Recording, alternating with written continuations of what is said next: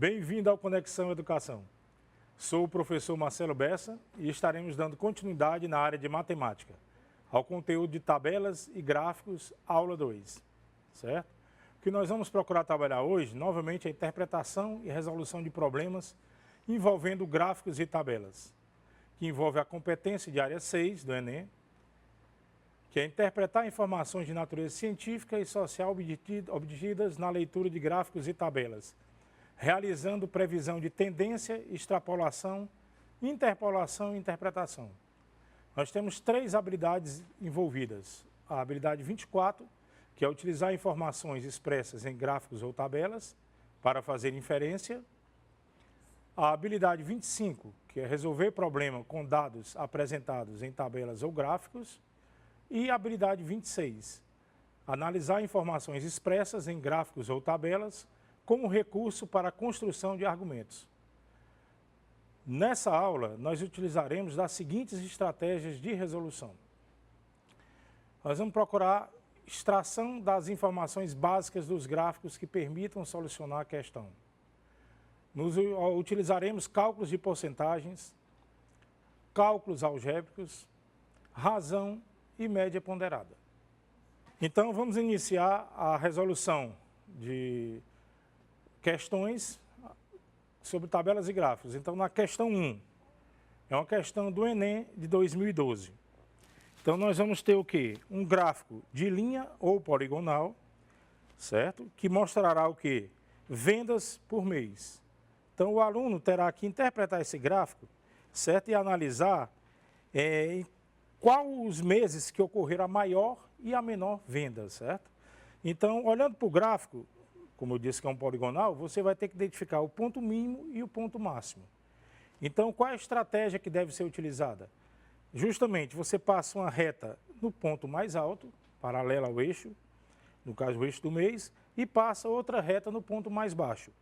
Então, você vai identificar com essas retas, primeiro, o ponto mais alto, ele vai acontecer no mês de junho.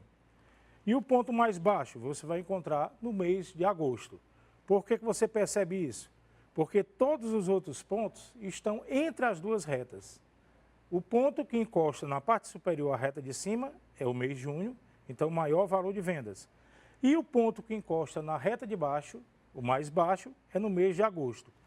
Então, nós vamos marcar a opção E, certo? Na alternativa E, você tem justamente junho e agosto, que são, respectivamente, os meses que têm maior e menor índice de vendas. Vamos agora para a questão 2.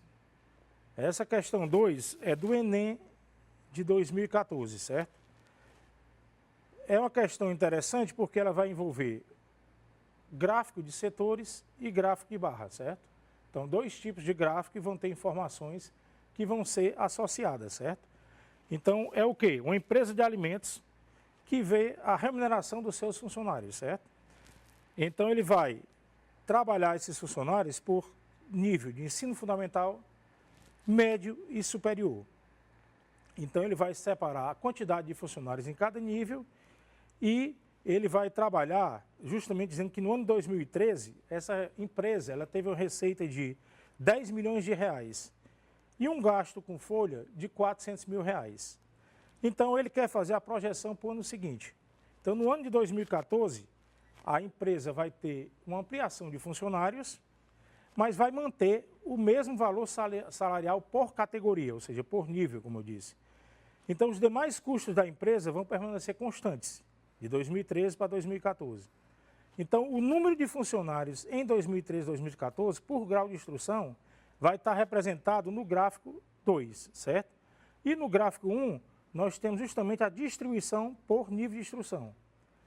Então, no gráfico 1, que foi titulado Distribuição da folha salarial, nós vamos observar o quê? Que 75% dos funcionários é ensino médio. 12,5% estão no ensino superior e 12,5% estão no ensino fundamental. Então, você pega em cima, realmente, do que foi dado de 400 mil, você vai dividir esses 400 mil por essas porcentagens. Então, você vai ver o quê? Que 12,5% de 400 mil vai ser 50 mil. 75% de 400 mil vai dar 300 mil. Você nota que dos funcionários, você vai ter o quê? 210 funcionários. 10 funcionários estão no ensino superior, 50 funcionários estão no ensino fundamental e 150 funcionários têm ensino médio. Então, você vai ver os 50 mil que foi calculado, dividido por 50, então, um funcionário com nível de ensino fundamental, ele ganha R$1.000. Um funcionário do ensino médio, como foi 300 mil custo, dividido pelos 150, você vai encontrar R$2.000 no ensino médio. E 50 mil dividido por 10, que são os funcionários do ensino superior, você vai ter uma faixa salarial de 5 mil. Então, esse primeiro gráfico foi muito importante para nós identificarmos quanto cada funcionário em cada categoria ou nível recebe. Então, partindo agora para o outro gráfico, nós vamos ter o quê? Que no ensino fundamental eram 50 funcionários em 2013. Tem um acréscimo para 70 em 2014. Então, a diferença, 20 funcionários. No ensino médio, nós tínhamos 150 funcionários. Nós vamos ter 180 em 2014. Então, um acréscimo de 30 funcionários no ensino médio. No ensino superior, nós tínhamos 10 funcionários de ensino superior, agora são 20. Então, um acréscimo de 10 para 2014. Então, a pergunta é justamente qual deve ser o aumento na receita da empresa para que o lucro mensal em 2014 seja o mesmo de 2013. Então, ele quer manter o lucro. Então, nós vamos pegar essas variações. Como nós temos quanto cada funcionário recebe em cada categoria, então nós vamos ver. No ensino fundamental, o acréscimo foi de 20 funcionários. Então, você pega 20 vezes 1.000, que é o que recebe um funcionário do ensino fundamental. Aí vai somar com 30, que foi o acréscimo no ensino médio, vezes 2.000, que é o salário da categoria do ensino médio, mais 10 funcionários, vezes 5.000, que é quanto recebe um funcionário de ensino superior. Então, 20 vezes 1.000, mais 30 vezes 2.000, mais 10 vezes 5.000, você vai ter 20.000, mais 60.000, mais 50.000. Somando tudo, nós vamos ter o valor de R$130 mil, que é o acréscimo que vai ter que ter na receita para ele manter justamente o lucro mensal em 2014, o mesmo de 2013. Nós encontramos na alternativa B a opção de 130 mil. Vamos agora para a questão 3 do Enem de 2014. Então, na questão 3 do Enem de 2014, nós vamos ter agora um gráfico de retas, certo? Onde nós vamos ter várias retas que vão associar os custos de planos telefônicos. Então, nós temos 5 propostas a serem analisadas, certo? Que o gráfico vai mostrar o valor mensal, certo? Em reais, versus o tempo mensal em minutos. Então, o que nós vamos ter que decidir é justamente o que é importante para analisar nesse gráfico. Essa pessoa, ela pode gastar R$30 por mês por telefone. Então, o que nós vamos ter que analisar? Desses 5 planos, A, B, C, D e E, qual é o plano que vai apresentar mais vantagem para a pessoa em tempo de chamada e em gasto que ela pode ter, que foi limitado em R$30. Então, o que nós vamos ter que fazer? Para resolvermos essa questão, vamos traçar inicialmente uma reta paralela ao eixo X partindo do valor R$30. Por quê? Porque R$30 é o limite de custo dessa pessoa. Ela já fixou que ela só pode gastar R$30. Então, você pega no eixo Y de vendas, do valor mensal, desculpe, você pega o R$30 e puxa, paralelo. E, em seguida, você vai notar que a proposta B não atende à condição inicial de R$30. Por quê? Porque, ao passar a reta, o B está bem acima dos R$30. Ela é constante em torno de R$50. Então, essa opção o aluno já pode eliminar. As propostas A e E, o tempo de chamada é mais ou menos 25 minutos.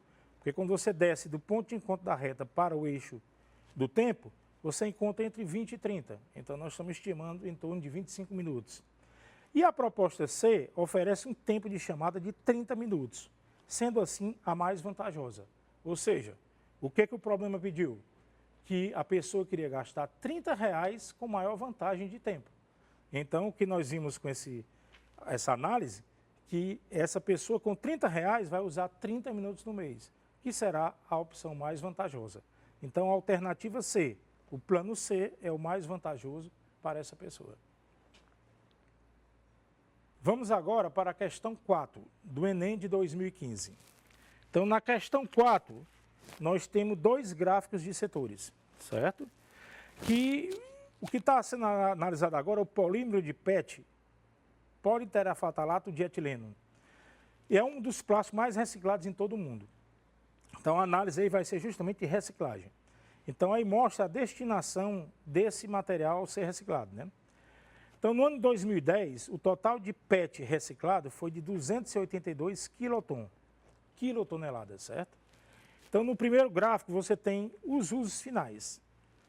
Então, você tem têxteis, resinas insaturadas, você tem embalagens de alimentos e não alimentos, você tem laminados e chapas, você tem fitas de arquear, você tem tubos e outras destinações, os usos finais. No segundo gráfico, nós temos usos finais têxteis, cestas, cordas, monofilamentos, tecidos e malhas e não tecidos. Então, o que é pedido na questão? De acordo com os dois gráficos, a quantidade de embalagens PET recicladas destinadas à produção de tecidos e malhas em quiloton é mais aproximada de. Então, ele quer saber quanto é destinado a malhas e tecidos, né? Então, primeiro nós temos que olhar o quê? O gráfico primeiro da esquerda, você vai ter que notar que têxteis é 37,8%.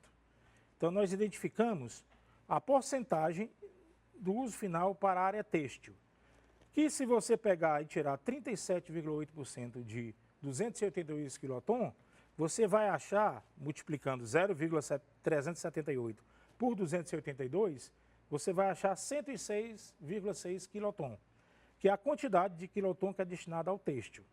Então, isso do gráfico 1.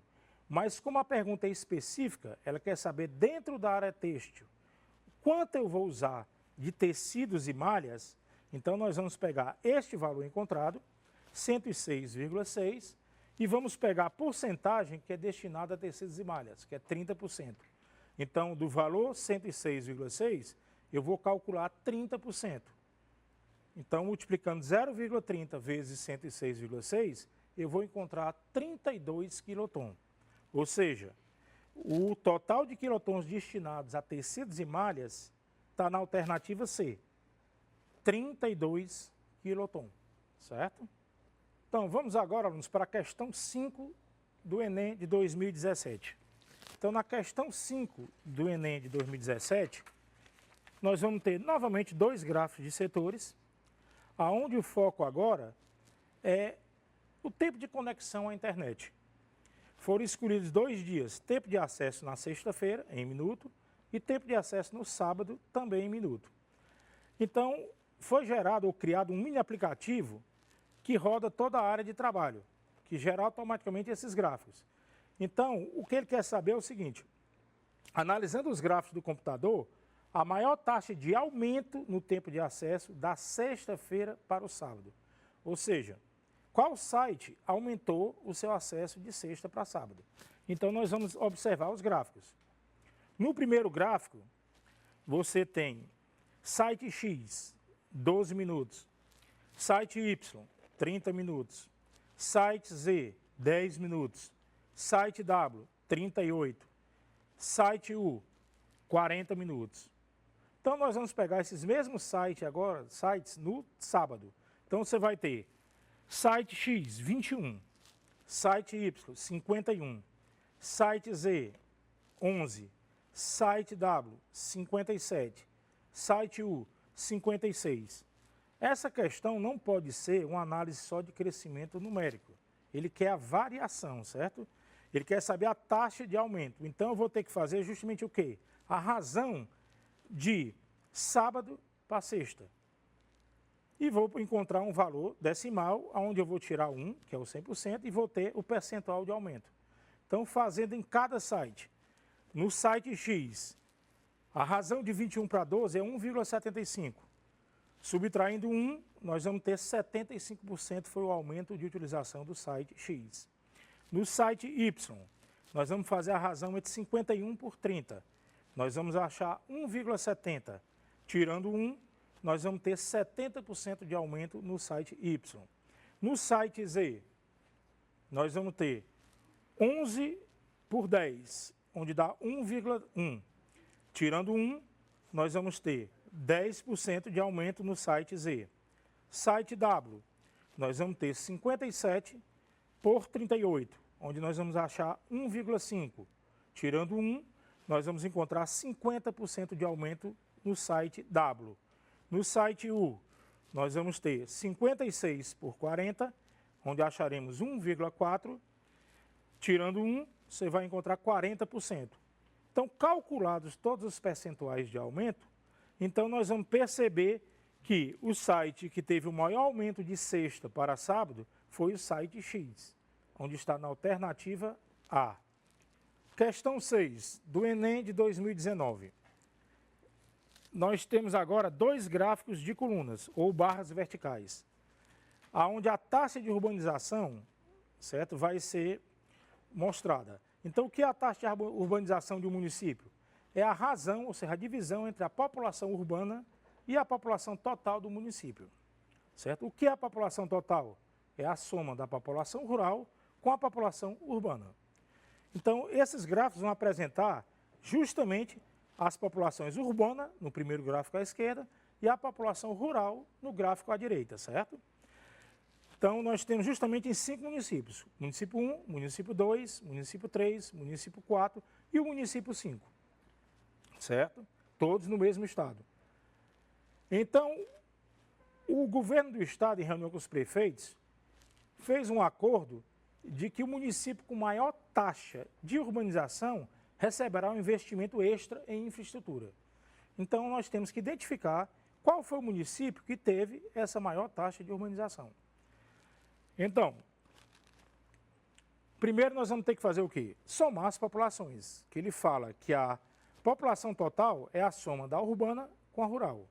Então, município 1, nós temos 8 mil mais 4 mil, então tem 12 mil de população total. Município 2, 10 mil mais 8 mil, tem 18 mil habitantes de população total. Município 3, 11 mil mais 5 mil, nós temos 16 mil habitantes de população total. Município 4, 18 mil mais 10 mil, nós temos 28 mil habitantes de população total. Município 5, nós temos 17 mil mais 12 mil, ou seja, 29 mil habitantes de população total. Calculada a população total, agora nós vamos fazer o quê? Para calcular a taxa de urbanização. Nós vamos ter que fazer a razão entre a população urbana e a população total, que é o que foi definido como taxa de urbanização. Então, no município 1, nós vamos dividir 8 mil por 12 mil. Nós vamos achar 0,666. Multiplicando por 100, nós vamos achar a taxa percentual de 66,6. Município 2, dividimos 10 mil por 18 mil. Encontramos 0,555. Que multiplicado por 100 vai dar 55,5%. Município 3, 11 mil dividido por 16 mil. Nós vamos encontrar 0,688, que multiplicado por 100, vamos encontrar 68,8%. Município 4, 18 mil dividido por 28 mil. Encontramos 0,643 vezes 100, 64,3%. Município 5, 17 mil dividido por 29 mil. Vamos encontrar 0,586, que multiplicado por 100 vai dar 58,6%. Como nos interessa saber a maior taxa de urbanização, então o maior percentual encontrado foi na alternativa C, ou seja, o município 3, que teve 68,8% de taxa de urbanização. Então esse é o município selecionado. Questão 7, É uma questão de o Enem 2019, segunda aplicação.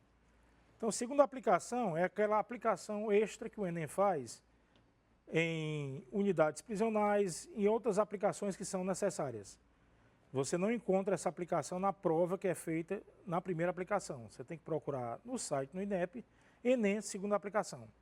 Então, aqui nós temos um esquema que mostra a concentração de álcool presente em cada 200 ml de diferentes tipos de bebidas.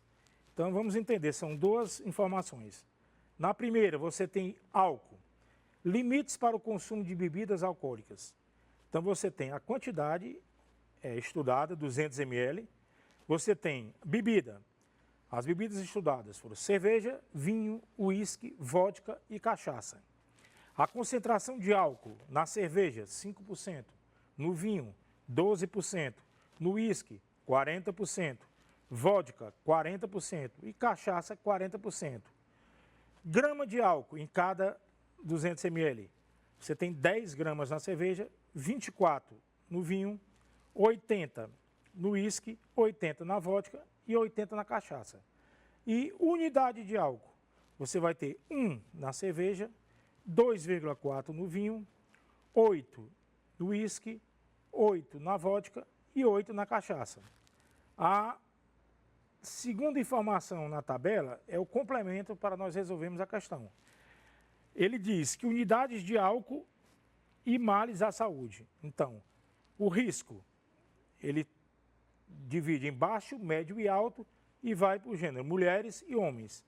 Então, no baixo, mulheres menores que 14 unidades por semana, homens menor que 21 unidades por semana. Médio, 15 a 35 unidades por semana. As mulheres e nos homens, 22 a 50 unidades por semana. Risco alto, mais que 36 unidades por semana nas mulheres, mais que 51 unidades por semana nos homens. Certo?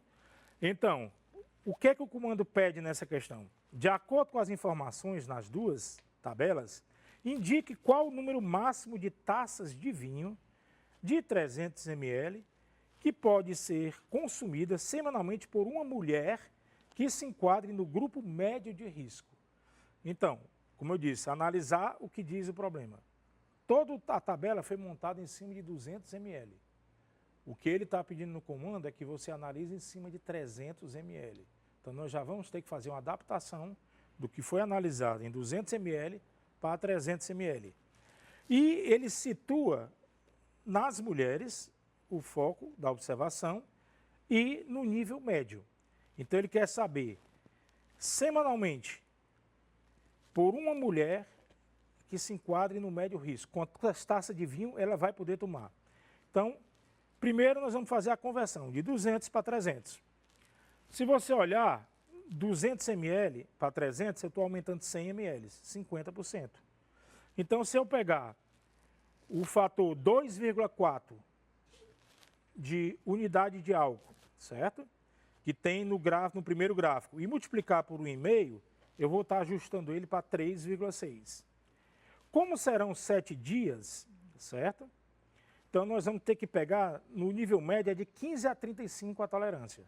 Então, se eu pegar 35, que é o máximo, que ele quer saber o número máximo, então eu vou pegar o limite máximo e vou dividir por 3,6. Eu vou encontrar 9,72 taças. Como nós não podemos superar o limite, na matemática a gente chama truncar. Apesar de ser 9,72, eu vou considerar só a parte inteira. Então, essa mulher, para estar enquadrada no risco médio semanal, ela só vai poder consumir 9 taças de 300 ml nessa semana. Se ela consumir 10, ela já excede o limite necessário, certo? Então, essa informação está na alternativa D. Então, essa mulher pode consumir 9 taças de vinho no máximo por semana. Questão 8. Enem de 2014. Nós voltamos agora a essa questão porque ela é uma questão que envolve média ponderada. Eu achei interessante vocês observarem a resolução dessa questão. Então, o que é dado? Ao final de uma competição de ciências em uma escola, restam 3 candidatos. De acordo com as regras, o vencedor será o candidato que obtiver a maior média ponderada entre as notas das provas finais nas disciplinas Química e Física, considerando respectivamente peso 4 e 6 para elas. Respectivamente quer dizer o quê? 4 para Química, 6 para Física. As notas são sempre números inteiros. Por questões médicas, o candidato 2 ainda não fez a prova final de Química. No dia em que sua avaliação for aplicada, as notas dos outros 2 candidatos em ambas as disciplinas já terão sido divulgadas. O quadro apresenta as notas obtidas pelos finalistas nas provas finais. Então, o candidato 1 obteve 20 pontos em Química. Candidato 1 obteve 23 pontos em Física. Candidato 2, X pontos em Química, porque ele não fez a prova ainda. 25 pontos em Física. E candidato 3, 21 pontos em Química e 18 pontos em Física. Então, a pergunta, o comando da questão é o quê? A menor nota que o candidato 2 deverá obter na prova final de Química para vencer a competição é. Então, como a tabela foi divulgada, dá como ele calcular qual a pontuação mínima que ele tem que obter nessa prova de Química para ser o candidato vencedor. Então, como eu falei, eu achei interessante porque é uma questão de média ponderada. Então, nós vamos começar a fazer isso. O que é uma média ponderada? Você tem um valor e tem um peso atribuído a ela, como foi atribuído peso 4 para a Química e peso 6 para a Física. Então, a média ponderada, você vai pegar o peso de um, que é o de Química, multiplicar pela nota de Química, 1. Vai somar com o peso 2 de Física, multiplicar pela nota 2 de Física. E vai dividir pela soma dos pesos. Isso é uma média ponderada, certo? Então, a média ponderada do candidato 1, ele tem o peso 4 em Química, vezes 20, que foi sua pontuação, veja no quadro. Mais 6, que é o peso de Física, vezes sua pontuação, que foi 23. E dividido por 4 mais 6, que é o somatório dos pesos. Então, ele pontuou 80 pontos em Química, mais 138 pontos em Física. E vai dividir tudo isso por 10. Então, 218 pontos dividido por 10, a média ponderada do candidato 1 foi 21,8. A média ponderada do candidato 3, mesmo cálculo, 4 vezes 21, que é a pontuação dele em Química, mais 6 vezes 18, que é a pontuação dele em Física, somado por 4 mais 6, que é o somatório dos pesos, dividido por 4 mais 6. Então, 84 mais 108, dividido por 10. 192 dividido por 10, que é igual a 19,2. Por esse cálculo inicial, nós já vimos que o candidato 1 está na frente. Se ele tem 21,8 pontos e o candidato 3 tem 19,2, então a vaga, no momento, está com o candidato 1. Então, o candidato 2 vai ter que fazer uma pontuação superior à do candidato 1. Então, basta a gente analisar isso. Então, como é que eu calculo a média ponderada do candidato 2? Vou multiplicar 4 vezes x, que é a nota que ele tem que tirar, mais 6 vezes 25, que é a nota que ele obteve em Física, e vou dividir por 4 mais 6. Então, eu vou ter 4x mais 150 dividido por 10. Então, como eu sei que o candidato 1 tem 21,8, eu vou colocar a seguinte na equação. 4x mais 10 maior que 218. Então, eu vou ter 4x tem que ser maior que 218 menos 150. 4x tem que ser maior do que 68. Quando eu dividir 68 por 4, eu vou ter 17. Então, x, que é a nota que o candidato 2 deve obter na prova de Química, tem que ser maior do que 17. Logo, como os números são inteiros, ele não pode tirar menos do que 18. Para ganhar, justamente, ser o vencedor da seleção, a nota mínima dele obtida tem que ser 18. Por que 18? Porque a questão diz que as notas têm que ser inteiras, certo?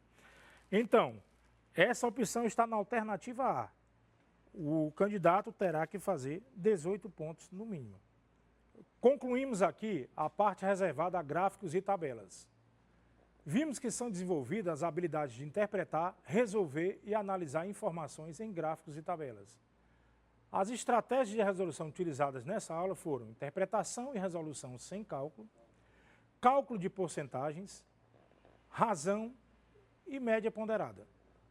Enfim, é um conteúdo que exige conhecimentos basilares de cálculos, e que são geralmente itens fáceis ou medianos, portanto possíveis de serem resolvidos com grandes possibilidades de acertos. No mais, é desejar bons estudos e bom proveito das aulas e até a próxima aula no Conexão Educação. Foi muito bom estar com vocês. Abraços a todos.